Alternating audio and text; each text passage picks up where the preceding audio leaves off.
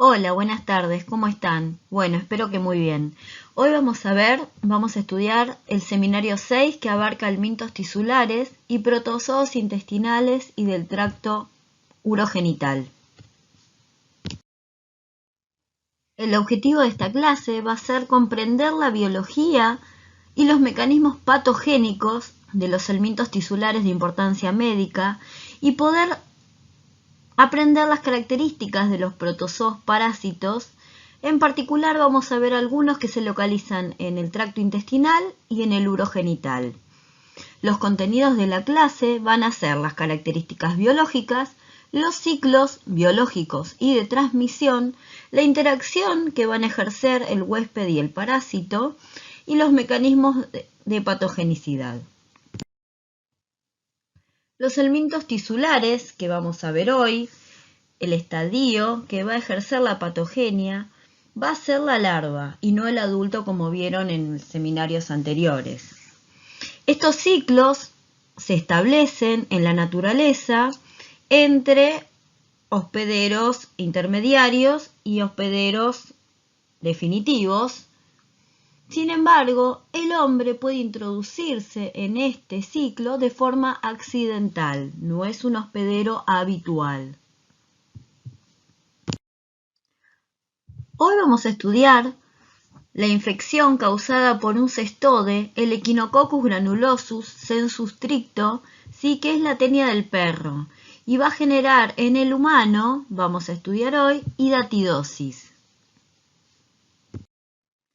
El ciclo de vida de Echinococcus granulosus es un ciclo indirecto, en donde va a alternar el parásito entre un huésped definitivo y un huésped intermediario.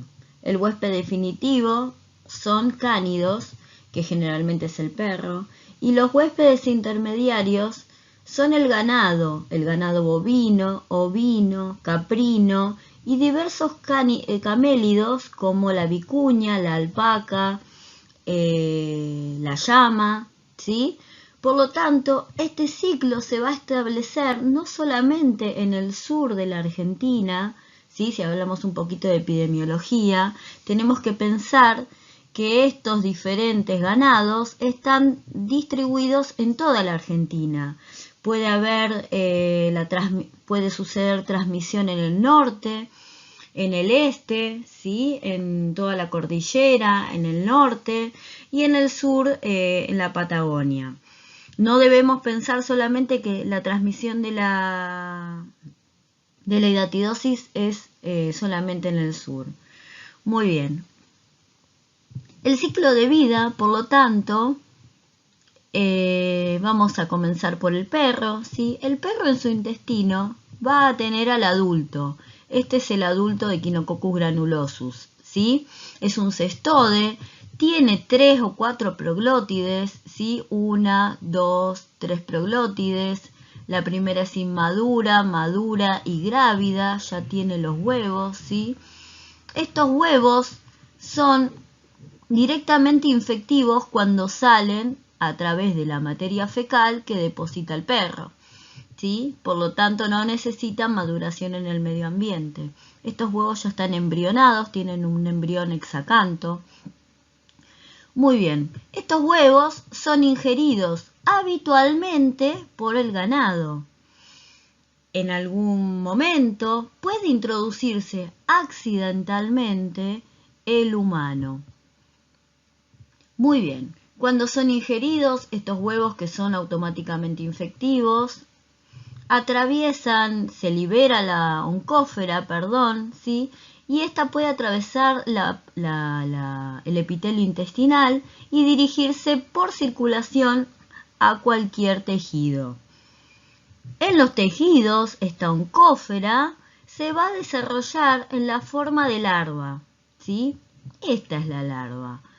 Por lo tanto, vamos a tener un ciclo que alterna entre un adulto, un huevo embrionado con una oncófera y una larva, ¿sí? Esta larva va a ir creciendo con el tiempo en los tejidos, en todos los tejidos del ganado o también del humano, ¿sí? Si un humano ingiere un huevo infectivo, el huevo eclosiona, sale la oncósfera, atraviesa el epitelio intestinal y se dirige por circulación a cualquier órgano. Ya vamos a ver cuáles son los blancos de choque, ¿sí? Pero bueno, se dirige a los órganos, a los tejidos, y ahí empieza a formarse con el tiempo lentamente la larva, ¿sí? La larva. La larva ya vamos a ver que tiene varias capas, ¿sí? Y luego cuando adquiere la última capa, que la va a proporcionar el huésped, ya lo vamos a ver más adelante, es cuando se genera el quiste hidatídico, ¿sí? Este quiste va a estar en todos los tejidos, por lo tanto cuando este animal se carnea y otro huésped definitivo ingiere esta carne mal cocida o no congelada debidamente, esta larva queda viva, por lo tanto es ingerida por el perro. Y este perro, lo que sucede adentro es que esta larva se rompe, ¿sí? Y todos estos protoescólices que están acá adentro, ¿sí? Esta es una vesícula hija, acá podemos ver, y estas pelotitas que están acá adentro son los protoescólices, ¿sí? Hay muchos protoescólices. Esos protoescólices están invaginados, fíjense. Esta parte de acá arriba es donde tiene la corona de gancho, ¿sí? Está invaginada. Cuando se rompe la larva, se salen todos los protoescólices, se vagina el escólex, la cabecita, ¿sí? Que tiene los ganchos, y se aferra en el intestino del perro. Por lo tanto, este escólex, que tiene una capacidad germinativa impresionante, ¿sí? Aferrado al intestino, en la cara luminal obviamente, ¿sí? No atraviesa la pared, este se queda del lado del lumen, empieza a estrobilizar, o sea, a crecer sus proglótides a partir del cuello, y se forma la primer proglótide, la segunda y la tercera, ¿sí? Va madurando y va generando los huevos. Por lo tanto, el escólex aferrado al intestino va a dar lugar al adulto en el perro.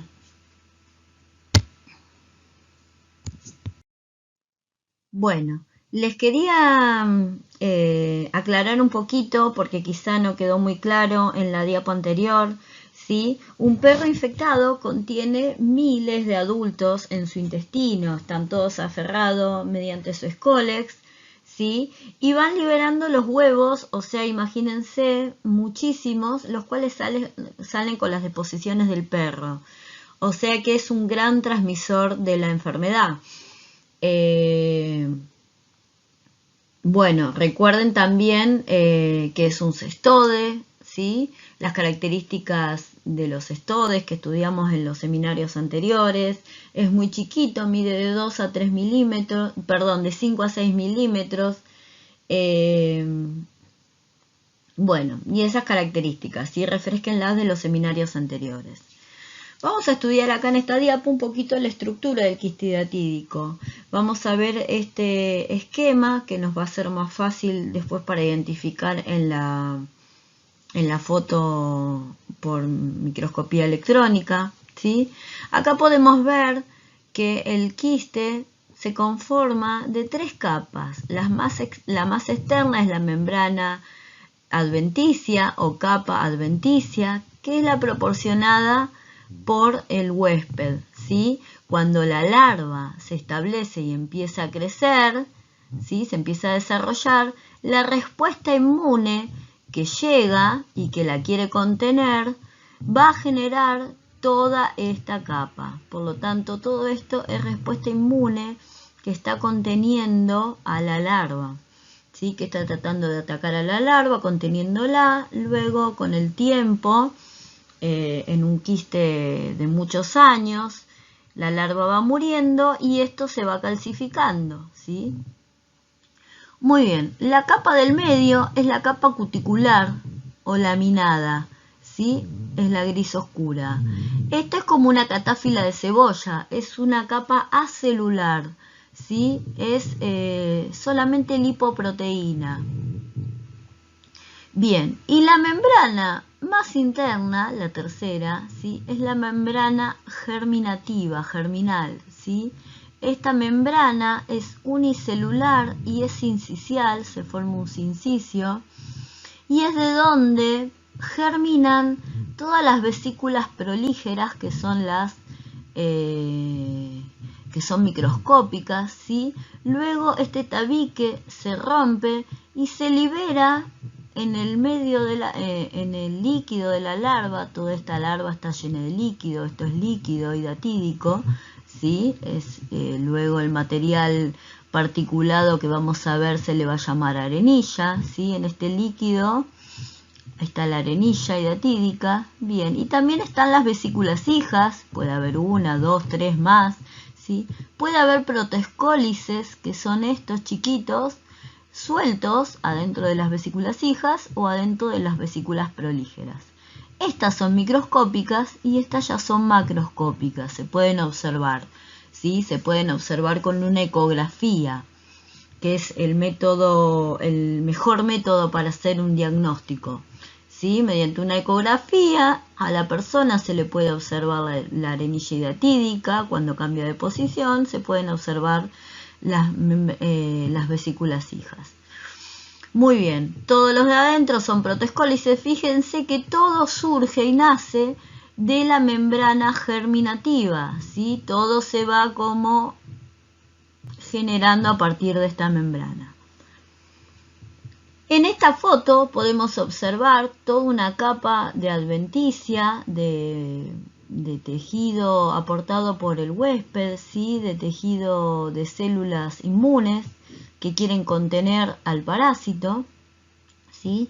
Esta es la capa cuticular, que bien como una catáfila de cebolla, es acelular, recuerden, ¿sí? Solamente es proteínas y lípidos.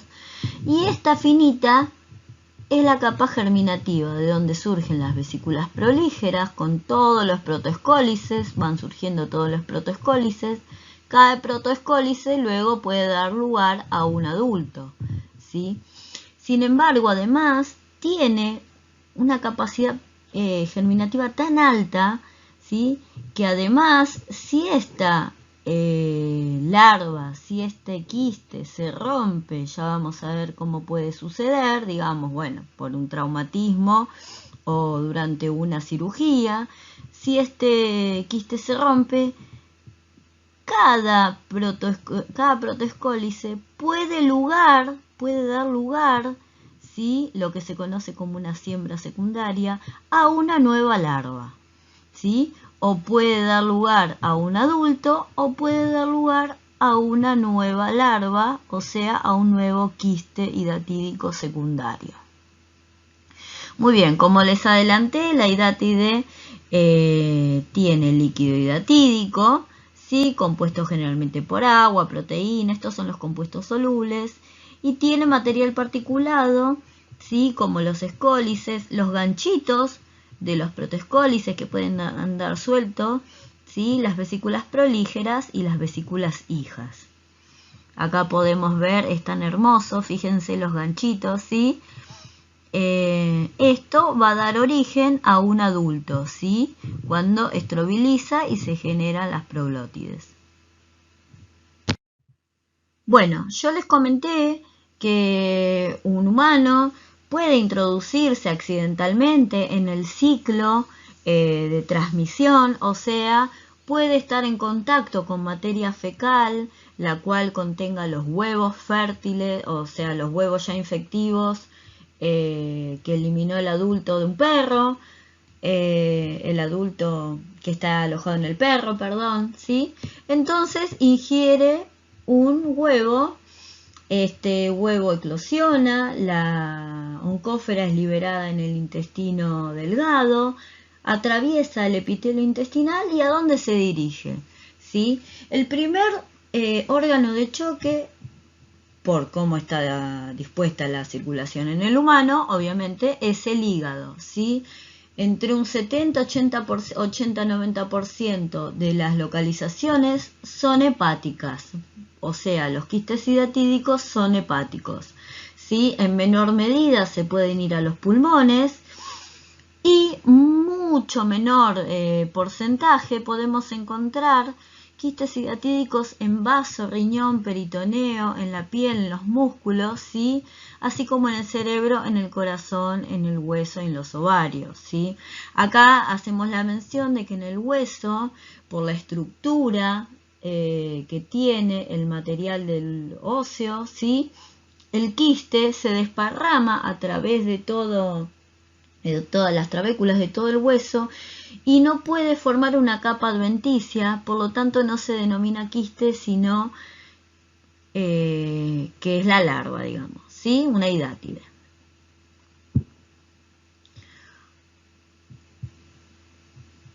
Muy bien. Podemos observar el gran tamaño que puede adquirir en el hígado un quiste, ¿sí? Bueno, y nada más en esta diapo. Muy bien, los mecanismos patogénicos van a estar dados por varios factores, ¿sí? Por el número de quistes que tenga la persona, por el tamaño del quiste, ya como vimos puede haber quistes muy grandes, ¿sí? Hepáticos o pulmonares, por el órgano en donde se ubiquen, ¿sí? Y bueno, y vamos a ver que puede haber complicaciones. Debemos recordar, y es importante saber, que el 60% de los quistes son asintomáticos por muchos años, ¿sí? 10, 20 años, supónganse, o por siempre. Los quistes, la larva cuando se instala y empieza a crecer, crece muy lentamente. Por ejemplo, en los pulmones puede crecer un poco más rápidamente porque el tejido es más elástico que el tejido del hígado. En el hígado ofrece mayor resistencia y entonces el quiste crece mucho más lentamente. Por lo tanto, quizá un quiste pulmonar pueda evidenciar alguna sintomatología más rápidamente que los quistes hepáticos, ¿sí? Pero bueno, igualmente es lento y van creciendo a medida de los años.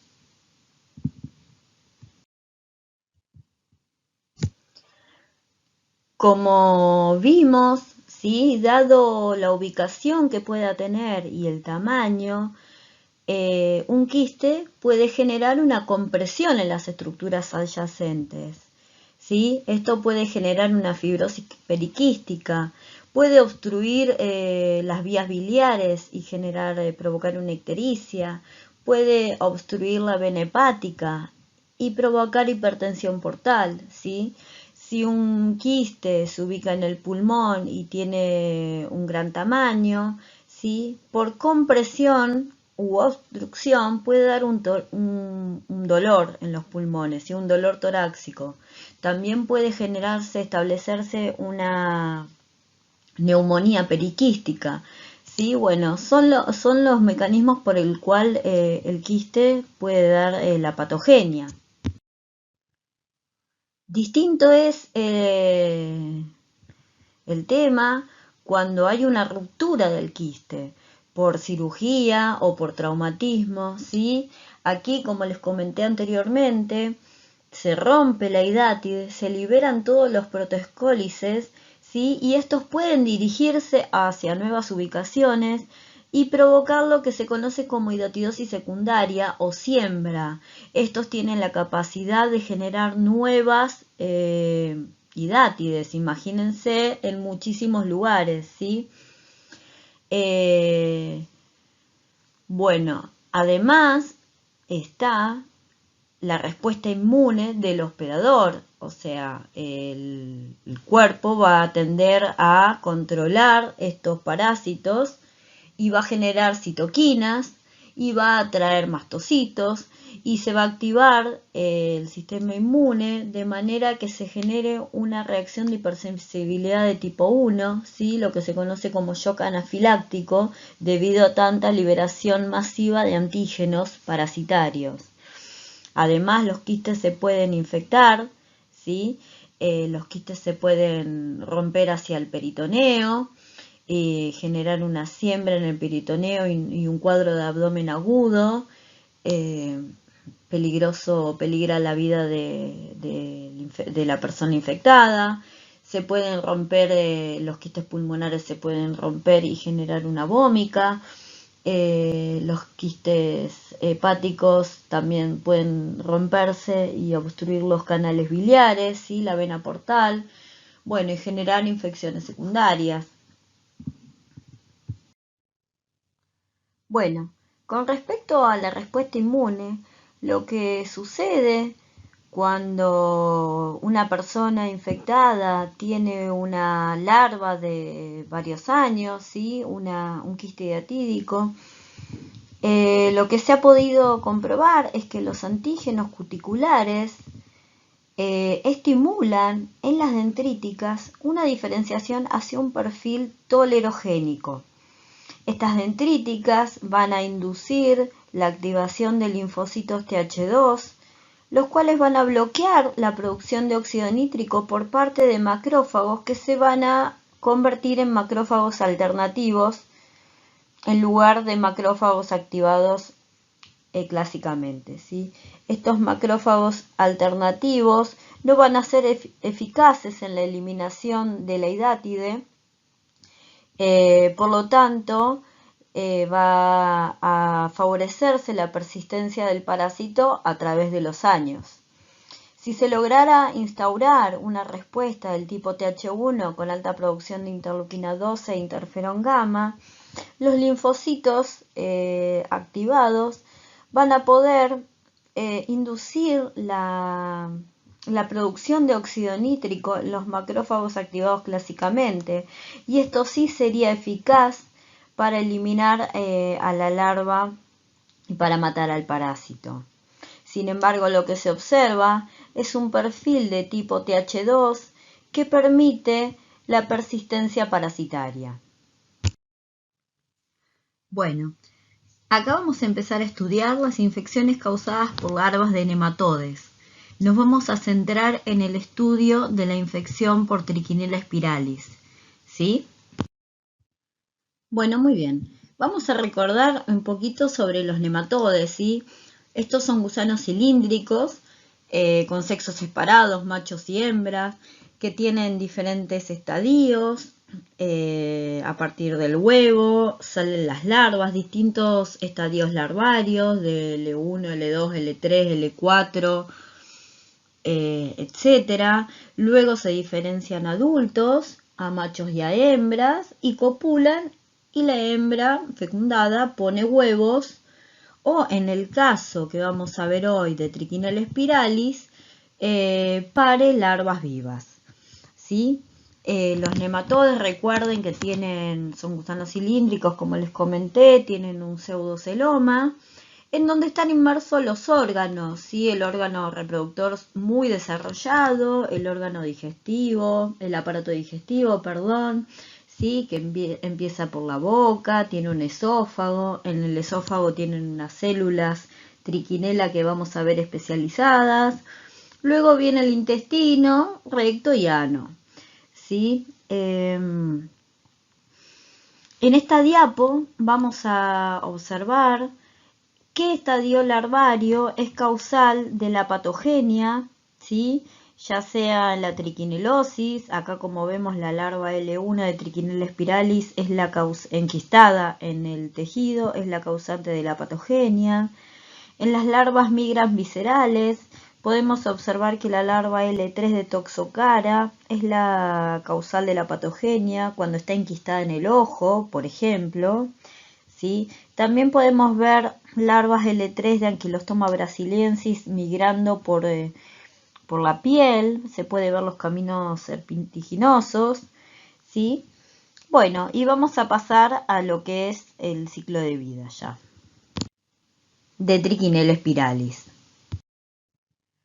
Muy bien, el ciclo biológico de Trichinella spiralis puede darse en cualquier mamífero. Podemos observar que todos son hospederos completos, ya que todos van a alojar todos los estadios del parásito de Trichinella, ¿sí? Cuando un humano, una rata o un cerdo ingiere carne cruda de cerdo que está infectado, obviamente, ¿sí? O mal cocida, en donde la cocción no fue suficiente para eliminar a la larva.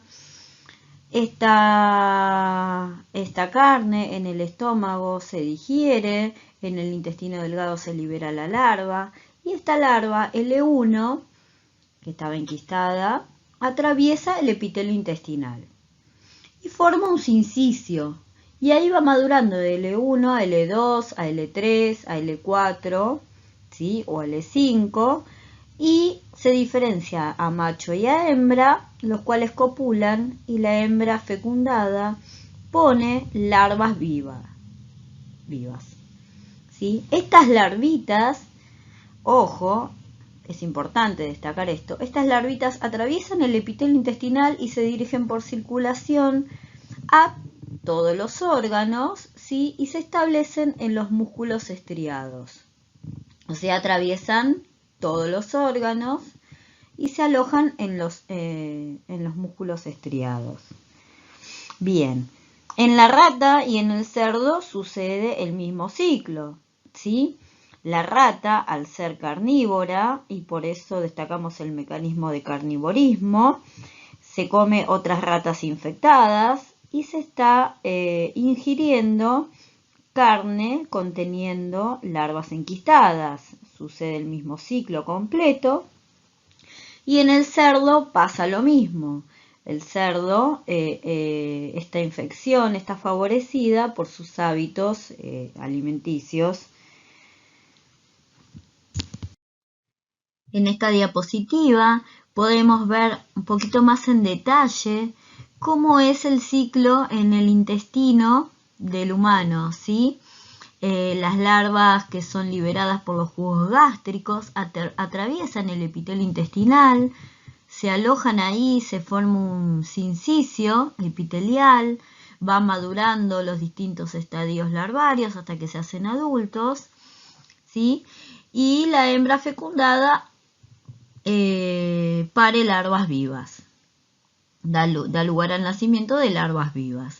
Estas atraviesan el epitelio intestinal y se dirigen por circulación hacia todos los órganos, ¿sí? Hacia todos los tejidos. Va a generar patología en el sistema nervioso central y va a generar complicaciones cardíacas, sí, pero no se van a establecer en estos órganos, ¿sí? El pasaje de estas larvas y la inflamación que van a provocar es lo que va a generar la patogenia, ¿sí? Se van a establecer en músculos estriados. Aquí van a formar lo que se llama la célula nodriza. Vamos a ver bien en detalle cómo se forma esta célula, ¿sí? Esta casita para la larva, y se van a quedar para toda la vida.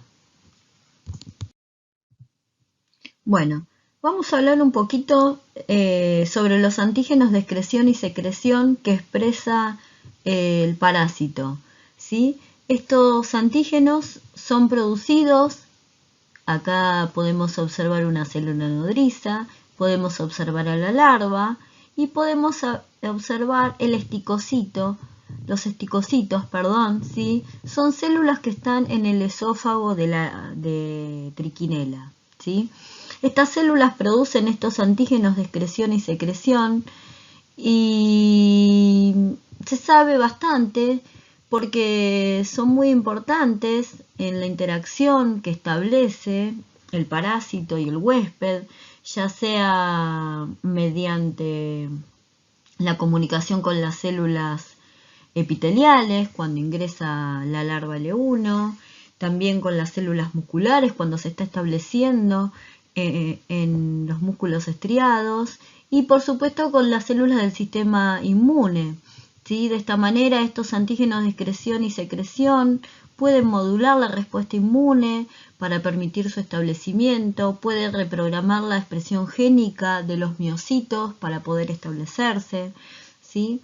Y muchas de estos antígenos, de estas proteínas, son tibelosadas, tienen tibelosa en su conformación, ¿sí? Se conocen unos 13 de estos antígenos, de estas proteínas. De mayor importancia es la TSL1, ¿sí? la cual estimula una respuesta, se sabe que estimula una respuesta protectora, se la utiliza para hacer el diagnóstico serológico y se sabe que está implicada en la activación de los mastocitos. Esto está en relación con la respuesta inmune que monta el hospedero para tratar de eliminar al parásito. Bien, vamos a ir paso a paso. En una primera instancia, como les conté anteriormente, ahora vamos a ir desglosando el ciclo, ¿sí?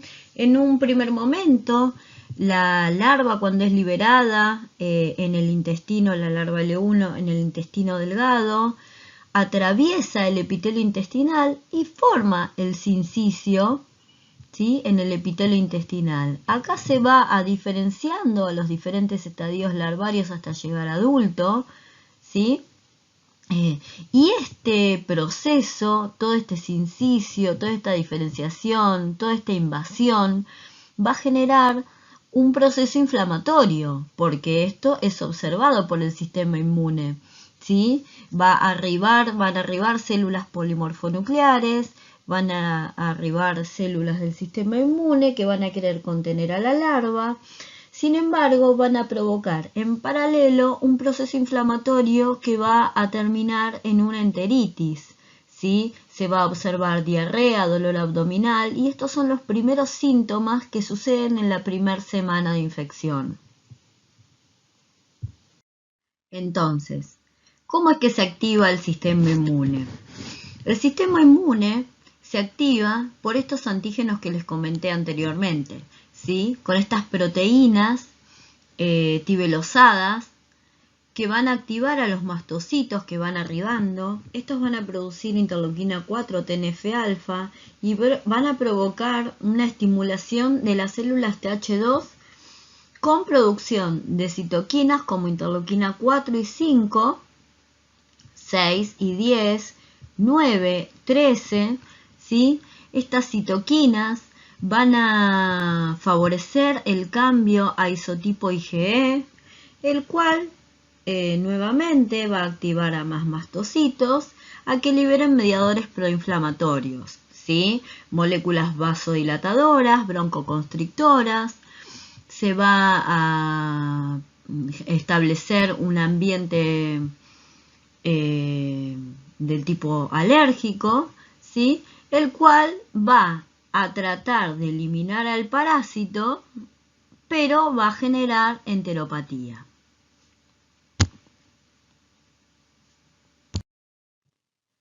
De la diapo anterior quería aclarar, porque por ahí se llevan una idea un poco equivocada, que no solo los mastocitos actúan en la respuesta contra el parásito, ¿sí?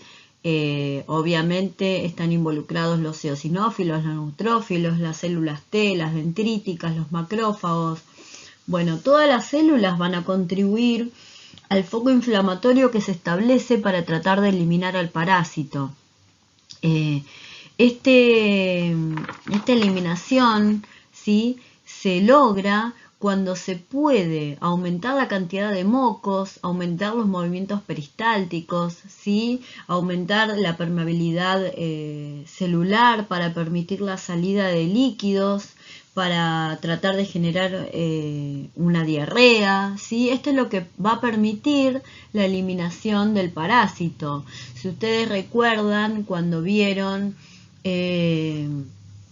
cómo el organismo, cómo la respuesta inmune intentaba eliminar el mintos en los estadios intestinales, ¿sí? Es un poco parecido, obviamente, a lo que se les explicó en los seminarios anteriores.